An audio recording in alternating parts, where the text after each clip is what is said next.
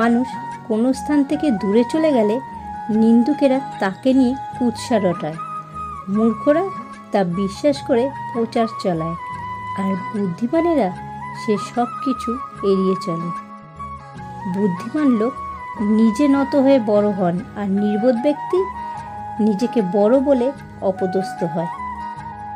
বুদ্ধি যেটুকু বাড়ে সেটা ধোঁকা আর ধাক্কা খেয়ে বাড়ে, বাদাম দুধ হরলিক্স খেয়ে বাড়ে না। বুদ্ধিমান ব্যক্তিরা এই 4টি কথা কখনো কাউকে বলে না, কারণ তারা জানে এই 4টি গোপন কথা কেউ জেনে ফেললে তার ক্ষতি হতে পারে। নাম্বার 1, বুদ্ধিমান ব্যক্তিরা কখনোই তার আর্থিক অবস্থার কথা কারোর সাথে শেয়ার করে না, কারণ সে জানে এটা তার আভ্যন্তরীণ বিষয়। 2, একজন বুদ্ধিমান মানুষ কখনোই তার ব্যক্তিগত সমস্যাকে বাইরের মানুষের সাথে আলোচনা করে না, কারণ সে জানে এতে করে অন্যেরা তার সুবিধা নিতে পারে। 3, একজন বুদ্ধিমান ব্যক্তি কখনোই তার স্ত্রীকে নিয়ে চর্চা করে না, এতে করে তার ও তার স্ত্রীর উভয়েরই সম্মানহানি হবে। 4, একজন বুদ্ধিমান ব্যক্তি কখনোই তার উইক পয়েন্ট দেখায় না, আর সে এটাও কখনো বলে না যে অতীতে সে কারোর কাছে কখনো অপমানিত বা পরাজিত হয়েছে। বর্তমান যুগে 3টি কাজ করলে বাস নিশ্চিত। 1, বিনা স্বার্থে উপকার করলে। 2, টাকা ধার দিলে। আর 3, ভদ্র ব্যবহার করলে। ব্যস্ততার মাঝে মানুষ যেটা হারিয়ে ফেলে সেটা হলো সময়, আর স্বার্থ পূরণের জন্য মানুষ যেটা হারিয়ে ফেলে সেটা হলো মনুষ্যত্ব। প্রয়োজনের হিসাবে জীবন চলা উচিত, চাহিদার হিসেবে নয়, কারণ প্রয়োজন তো ফকিরেরও পূরণ হয়, কিন্তু চাহিদা বাদশারও পূরণ হয় না। জ্ঞানীরা আগে চিন্তা করে তারপর কথা বলে, আর নির্বোধেরা আগে কথা বলে তারপর চিন্তা করে। বাবার টাকা থাকলে বোকা সন্তানেরাও চতুর হয়ে যায়, আর বাবার টাকা না থাকলে শিক্ষিত মেধাবীরাও একসময় বোকাও হয়ে যায়।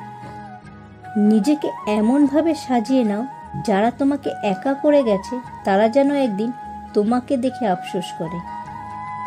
কেউ যদি তোমাকে সন্দেহ করে তাহলে দুঃখ পেও না, মনে রাখবে সবাই সোনা বা হীরেকে সন্দেহ করে যে সেটা আসল কিনা, কিন্তু কেউ লোহাকে সন্দেহ করে না। পৃথিবীটা হচ্ছে একটা আয়নার মতো, তুমি সবার সাথে যেমন ব্যবহার করবে, যেমন মনোভাব পোষণ করবে, প্রতিদানে ঠিক তেমনই ফিরে পাবে। লাথি মারার অভ্যাস তো সন্তান পেটে থাকতেই করে আসে, পার্থক্য শুধু এটাই যে পেটে থাকতে লাথি মারলে মা আনন্দে হেসে ওঠে, আর ভূমিষ্ঠ হয়ে বড় হবার পর লাথি মারলে মা কষ্টে কেঁদে ওঠে।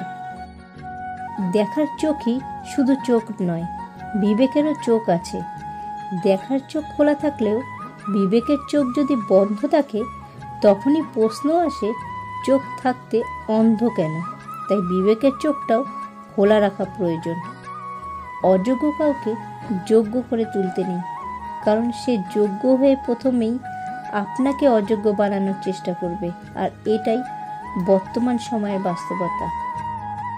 যার জন্য তুমি এত কিছু করছো, এত কিছু সহ্য করছো, একদিন সেই বলবে আমি কি তোমাকে বলেছিলাম আমার জন্য এসব করতে?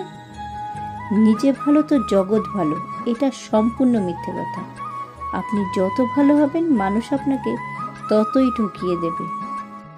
হিংসা, অহংকার, লোভ, এই 3টি জিনিস মানুষকে ধ্বংস করার জন্য যথেষ্ট। যদি কেউ তোমাকে মূল্যায়ন না করে তবে তার কাছ থেকে নিজেকে আড়াল করে নেওয়াই ভালো। ভেবো না তবে মূল্যহীন, আসলে তোমাকে মূল্যায়ন করার ক্ষমতা তার নেই। কখনো কাউকে অযোগ্য বলে অবহেলা করো না, কারণ তুমিও কারোর না কারোর কাছে অযোগ্য হয়ে আছো। মনে রেখো, এই পৃথিবীতে কেউ কারোর যোগ্য নয়, যোগ্য করে নিতে হয়। অহংকার তারাই করে যারা হঠাৎ করে এমন কিছু পেয়ে যায় যেটা পাওয়ার যোগ্যতা তাদের কখনোই ছিল না। পৃথিবীর সবচেয়ে অযৌক্তিক অহংকার হলো নিজের সৌন্দর্য নিয়ে অহংকার করা। কারণ আপনার রূপ আপনার অর্জিত কোনো গুণ নয়, সৃষ্টিকর্তা প্রদত্ত একটি উপহার মাত্র। জাহাজের চারপাশে জল থাকে, কিন্তু জাহাজ ডোবে না। যখনই জল জাহাজের ভেতরে প্রবেশ করে তখনই ডোবে। ঠিক তেমনি মানুষের চারপাশে যখন খারাপ মানুষগুলো থাকে তখন যতই সমালোচনা করুক ক্ষতি হয় না, কিন্তু যখনই খারাপ মানুষগুলোকে আপনি আপনার জীবনের অংশ করে নেবেন তখনই তারাই আপনাকে ধীরে ধীরে ধ্বংস করে দেবে। তাই নিজেকে এইসব মানুষের থেকে দূরে রাখবেন। নিজেকে চালাক ভাবা খুব ভালো, কিন্তু বেশি চালাক ভেবো না, কারণ এমন কিছু সময় আসে যখন তোমার বুদ্ধি থাকা সত্ত্বেও কিছু করতে পারো না। মিথ্যে বলে কাউকে খুশি হয়তো করা যায়, তবে একবার বিশ্বাস ভেঙে গেলে হাজার সত্যি দিয়েও তাকে ফেরানো যায় না।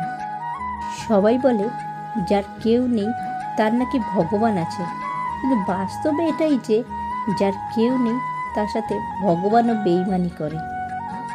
এই দুনিয়ায় সবচেয়ে সস্তা হলো পরামর্শ।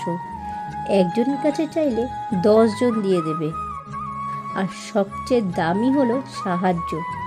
10 জনের কাছে চাইলে হয়তো একজনের কাছে পাবে।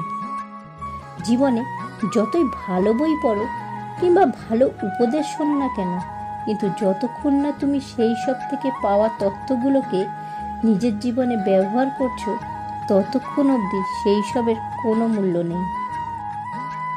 নিন্দা করতে গেলে বাইরে থেকে করা যায়, কিন্তু বিচার করতে গেলে ভিতরে প্রবেশ করতে হয়।